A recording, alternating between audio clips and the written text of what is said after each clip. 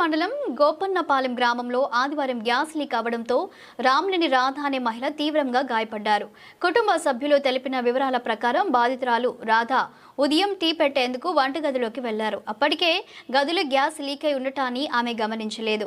గదిలోకి వెళ్ళగానే ఆమె లైట్ స్విచ్ వేయడంతో ఒక్కసారిగా మంటలు చెలరేగి గది అంతా వ్యాపించాయి. మంటలు అంటుకున్నప్పటికీ రాధ ఎంతో ధైర్యంతో సమయస్ఫూర్తితో వ్యవహరించారు. ప్రాణాలకు తెగించి వెంటనే గ్యాస్ సిలిండర్ రెగ్యులేటర్ను నిలిపివేశారు. దీనివల్ల సిలిండర్ పేలకుండా పెద్ద ప్రమాదం తప్పినట్లయింది. అయితే ఈ క్రమంలో ఆమె ధరించిన చీరకు మంటలు అంటుకోవడంతో రాధకు తీవ్ర గాయాలయ్యాయి. ప్రమాదాన్ని గమనించిన కుటుంబ సభ్యులు వెంటనే ఆమెను చికిత్స నిమిత్తం కామలిలోని ఓ ప్రైవేట్ ఆసుపత్రికి తరలించారు.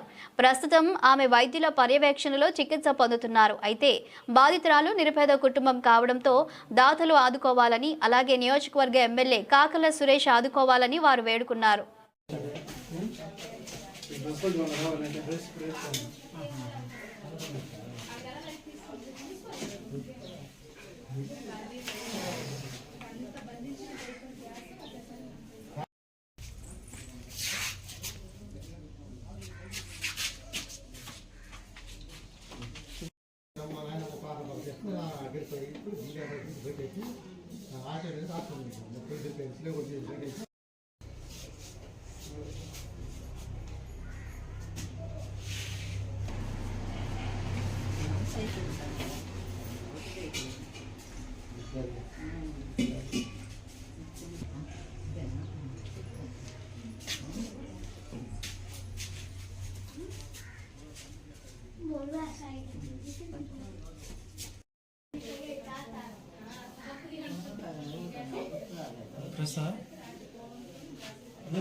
ఫోన్ చేసిన మళ్ళీ